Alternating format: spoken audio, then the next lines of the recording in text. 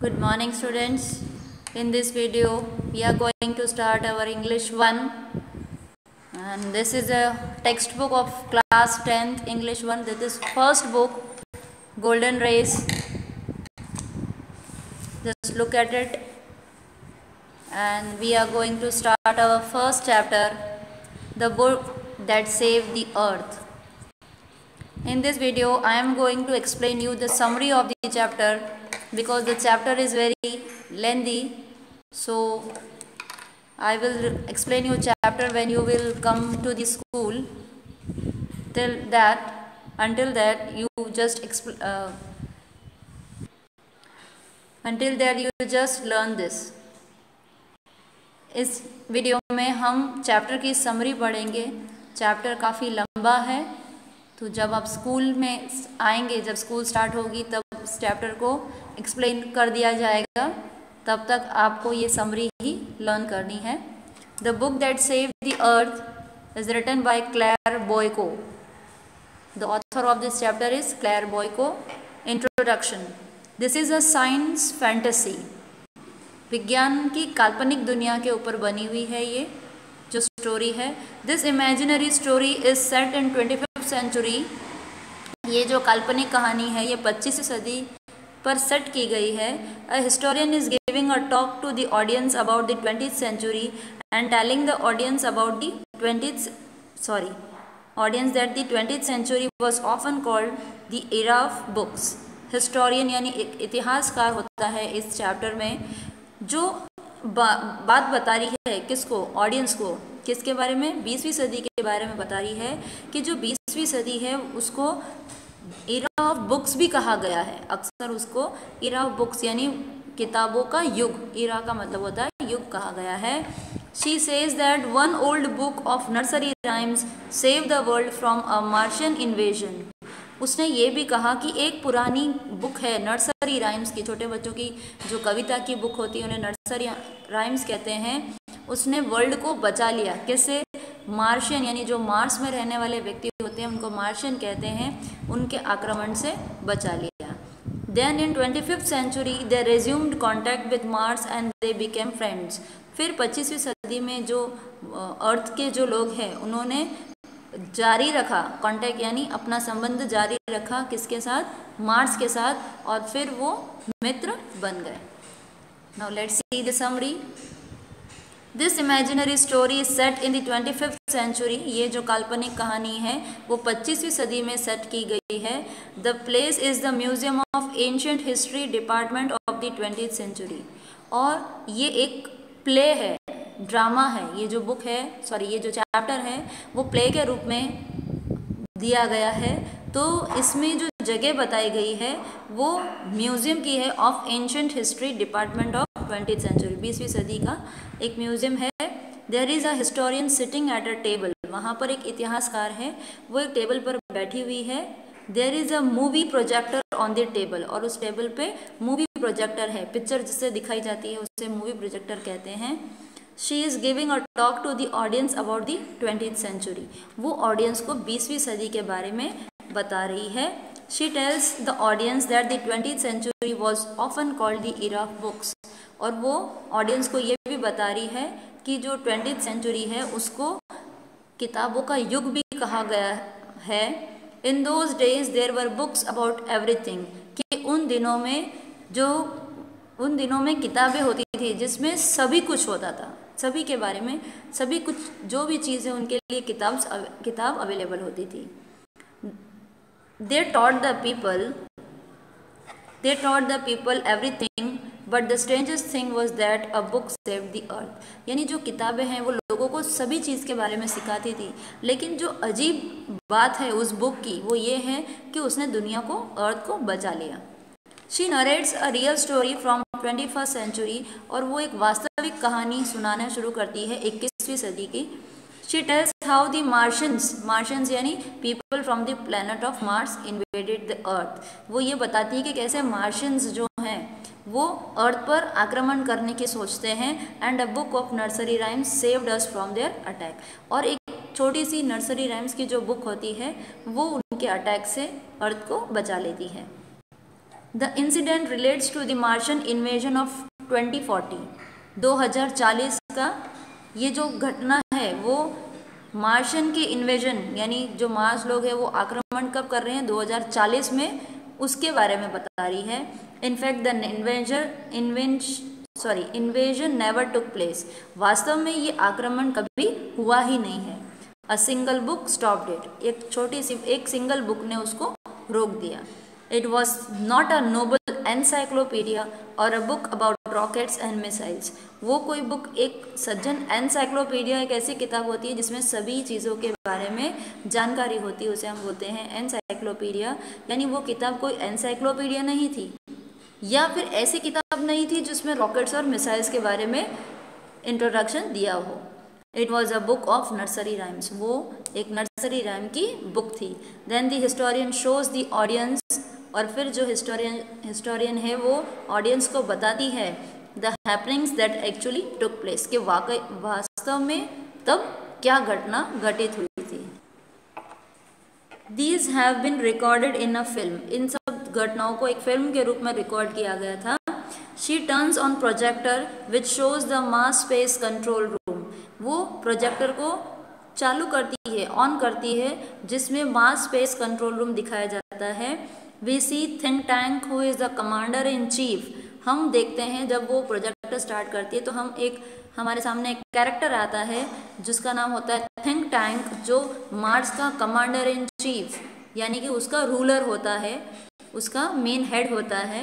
He has a huge egg shaped head. और वो उसका जो सर है वो बड़ा और एग के शेप का होता है। ही वियर्स अ लॉन्ग रोब। लॉन्ग रोब यानी लंबा ड्रेस पहनता है। रोब का मतलब होता है dress. Decorated with stars and circles. और उस ड्रेस पे सजावट की हुई रहती है, स्टार्स और सर्कल्स बने हुए होते हैं। हिज डेप्यूटी मीन्स उसका जो असिस्टेंट होता है जिसका नाम होता है Noodle, stands beside him at switch board, जो कि उसके पास में खड़ा है एक स्विच बोर्ड लेकर। Think tank has already send a manned space craft to the earth to collect information about earth's defence system. Think tank ने पहले ही स्पेस क्राफ्ट भेजा है, लेकिन कैसा मैंड यानी ऐसा स्पेस क्राफ्ट जिसमें मनुष्य साथ में जाते हैं। कहाँ पर भेजा है उन्होंने? अर्थ पे भेजा है टू कलेक्ट इन्फॉर्मेशन। क्या करने के लिए? सूचना कलेक्ट करने के लिए। किसके बारे में? धरती के जो डिफेंस सिस्टम है उसके बारे में सूचना लाने के लिए भेजा है। अब उस स्पेसक्राफ्ट में कौन कौन से लोग होते हैं उनके बारे में यहाँ बताया है। सबसे पहले होते हैं captain Omega and his deputies are in library. और वो जो स्पेसक्राफ्ट है एक लाइब्रेरी पर लैंड करता है और उसमें कैप्टन ओमेगा है और उसके जो दूसरे साथी हैं वो कि एक लाइब्रेरी में है। And they have seen books. और उन्होंने किताबें देखी। And the library for the first time. उन्होंने लाइब्रेरी और बुक्स को पहली बार देखा, लाइफ में उनकी पहली बार देखा। Lieutenant Iota tells think tank that there are 2000 peculiar items books. Lieutenant Iota है वो थिंक टैंक को ये बताती है कि इस लाइब्रेरी में 2000 विशेष आइटम्स हैं। और कैसे आइटम? बुक्स हैं। उसको अजीब आइटम, उनको पता नहीं होता कि बुक्स क्या होते हैं, तो वो उसके लिए ये वर्ड यूज़ करती है peculiar items. She thinks that the place must be some storage barn. और वो पहले तो ये सोचती है कि ये जो जगह है वो किसी तरह का अनाज भंडारण गृह है। स्टोरेज का मतलब होता है भंडारण और बान का मतलब होता है अनाज। जहाँ पर अनाज स्टोर किया जाता है उसे स्टोरेज बान कहते हैं। सार्जेंट ऊप calls them heads.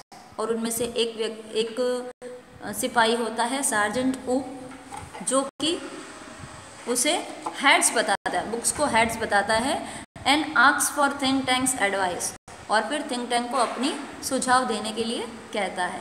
Think tank calls them eatables and says they are sandwiches, the staple food of earth diet। और थिंक टैंक है वो उन किताबों को ईटेबल्स यानी खाने योग्य चीज़ बताता है और कहता है कि ये तो क्या है? सैंडविचेस हैं। और सैंडविचेस वो क्या है? अर्थ का मुख्य भोजन है। स्टेपल फूड का मतलब होता है मुख्य भोजन।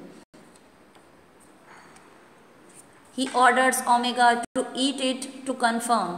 और वो ओमेगा को ऑर्डर देता है कि उसको खाओ, बट सार्जेंट ऊप bytes a corner of the book, लेकिन ओमेगा न खाकर ओमेगा जो है वो उसके सार्जेंट ऊप को बोलता है कि तुम खाओ, तो फिर वो बुक के कॉर्नर को काट कर खाता है।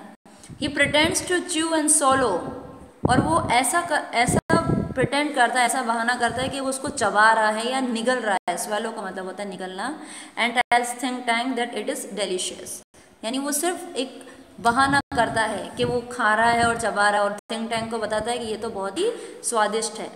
Noodle informs think tank that the people of the earth do not eat them, लेकिन जो नूडल है जो कि थिंक टैंक का असिस्टेंट होता है, वो थिंक टैंक को ये बताता है कि धरती के लोग हैं वो इसको खाते नहीं हैं, but they use them as communication devices, लेकिन वो उन्हें कम्युनिकेशन डिवाइस के रूप में यूज़ करते हैं। कम्युनिकेशन का मतलब होता है सूचना आदान प्रदान करने वाले डिवाइसेस के रूप में उनका यूज़ करते हैं।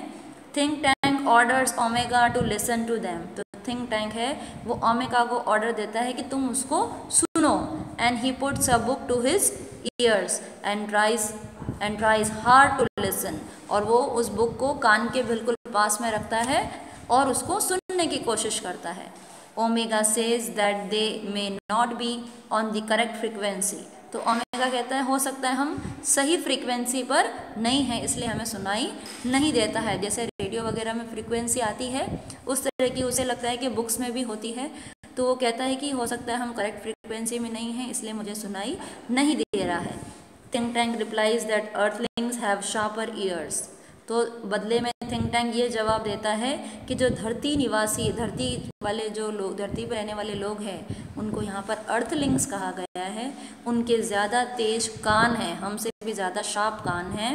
Noodle says that the people of the earth opened and watched them, these are of eye communication, तो नूडल है वो थिंक टैंक को करेक्ट करते हुए कहता है कि थिंक टैंक की जो बताता है कि वो कम्युनिकेशन डिवाइस तो है, लेकिन नूडल उसको और करेक्ट करते हुए कहता है कि जो धरती के लोग हैं वो उसको खुलते हैं और देखते हैं, इसलिए ये आई कम्युनिकेशन का है, नॉट ईयर कम्युनिकेशन, यानी कान से सुनने वाले संचारण के साधन नहीं है, ये आंख से देखे जाने वाले संचारण के साधन है। So Think tank orders Omega to read and tell him what he sees in them, तो थिंक टैंक है वो ओमेगा को ऑर्डर देता है कि वो पढ़े और बताए कि वो उसमें क्या देख रहा है, उस बुक में उसको क्या दिख रहा है।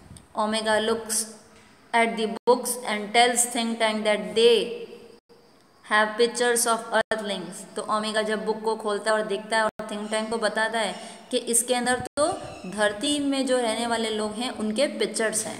दे have some sort of code lines and dots with pictures, कि इन किताबों में कुछ कोड है, लाइन बनी हुई है, डॉट बने हुए, पिक्चर्स के साथ में डॉट बने हुए हैं।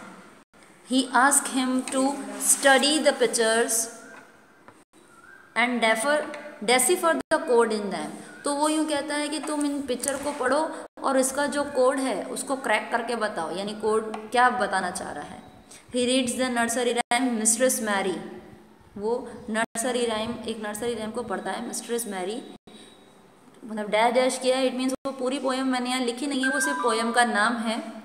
Think tank wonders how Earthlings have combined agriculture and mining, अब इस पोएम को सुन के थिंक टैंक सोचने लगता है कि जो अर्थलिंग्स हैं उन्होंने कैसे कृषि और माइनिंग क्या होता है, खदान, जब हम धरती के नीचे खोदते हैं ना, कोयले की माइंस होती हैं, ऐसे अलग अलग माइंस होती हैं जो मिनरल्स को खोदने के लिए माइंस बनाई जाती है, तो वो कह रहा है कि अर्थलिंग्स ने कैसे कृषि, एग्रीकल्चर और माइनिंग को कैसे कंबाइन किया है। He feels that the people of the earth are very intelligent and brave, और वो ये अनुभव करता है कि धरती के लोग हैं वो बहुत ही इंटेलिजेंट है और बहादुर भी है। He ask Iota to transcribe the information, और वो आयोटा को ट्रांसक्राइब यानी ट्रांसलेट करने के लिए बोल रहा है कि इंफॉर्मेशन को अपनी भाषा में ट्रांसलेट करके बताइए। She reads nursery rhyme hey diddle spoon, यानी पूरी पोएम नहीं है, बीच में डैश डैश है, तो वो नर्सरी पोएम को पढ़ती है जिसका उसका हेडिंग होता है हे डिडल। थिंक टैंक फील्स अलार्म्ड, सुनते ही बहुत चौंक जाता है think tank, and thinks that the Earthlings have taught domesticated animals music and space techniques, यानी कि वो चौंक जाता है और ये सोचता है कि जो अर्थलिंग्स है उन्होंने अपने पालतू जानवरों को भी म्यूजिक और स्पेस की टेक्निक्स सिखाई है। देन ऊप reads the nursery rhyme हमटी Dumpty dash dash dash again. फिर ऊप है वो नर्सरी राइम हमटी डमटी पढ़ता है। He shows the picture of Humpty Dumpty to Think Tank which resembles with Think Tank। और वो उसमें जो पिक्चर दिया हुआ हम्टी डम्टी का वो थिंक टैंक को बताता है और वो पिक्चर वो किसके जैसा दिखता है, सेम थिंक टैंक के जैसा दिखता है। हम्टी डम्टी जो होता है वो थिंक टैंक के जैसा ही दिखता है। रिसेम्बल्स का मतलब होता है सेम, ऐसा ही दिखना। ही इज स्कैर्ड, वो डर जाता है। And says that the Earthlings have seen him, और ये कहता है कि अर्थलिंग ने उसको देख लिया है। And planning to capture Mars Central Control and him, और जो धरती वाले हैं वो मार्स सेंट्रल कंट्रोल को कैप्चर करना चाहते हैं, हथियाना चाहते हैं और उसको भी कैप्चर करना चाहते हैं। He decides to run away from Mars, और वो अब निश्चय कर लेता है कि वो मार्स छोड़कर भाग जाएगा। And orders Noodle to prepare a space capsule for him, और नूडल को ये ऑर्डर देता है कि उसके लिए वो स्पेस कैप्सूल बनाए। And must escape without delay यानी बिना किसी देरी के वो वहाँ से भाग जाना चाहता है। They will go to the planet Alpha Centauri 100 million miles away. तो वो सारे लोग कहाँ जाना चाहते हैं? एक प्लैनेट है जिसका नाम है अल्फा सेंचुरी, जो हज़ारों मील दूर है वहाँ से, मार्स से। After showing the film the historian says the one old book of nursery rhymes save the world from a Martian invasion. ये पूरी पिक्चर दिखाने के बाद हिस्टोरियन जो है, इतिहासकार जो है, वो हमें ये कहती है कि एक पुरानी बुक जो नर्सरी राइम की है उसने पूरी दुनिया को मार्स के इन्वेजन से बचा लिया। देन इन 25th सेंचुरी, और फिर 25वीं सदी में उसके बाद दे रेज्यूम कॉन्टैक्ट विथ मार्स, धरती वालों ने मार्स के साथ अपना कॉन्टैक्ट है वो जारी रखा। दे बिकेम फ्रेंड्स, वो फ्रेंड्स बन गए। And taught the Martians the difference between books and sandwiches, और उन्होंने मार्स के लोगों को बुक्स और सैंडविचेस के बीच में क्या डिफरेंस है वो बताया। They establish a model library on Mars, तो मार्स वालों ने एक लाइब्रेरी इस्टेब्लिश की मार्स पर। But they can never read one book, it is Mother Goose, लेकिन वो सिर्फ एक बुक जो कभी नहीं पढ़ पाए वो है मदर गूस। मदर गूस एक बुक है जो नर्सरी राइम्स की, उसमें बहुत सारी नर्सरी राइम्स हैं, तो उस बुक को वो कभी नहीं पढ़ पाए क्योंकि उस बुक के पिक्चर्स को देखकर वो डर गए और उनको लगा कि अर्थलिंग्स जो हैं वो उन पर अटैक करेंगे। This is all your summary of this chapter, the book that saved the earth, and you have to write only question answers in your notebook. You don't have to write summary, you have to write only question answers in your notebook. Thank you.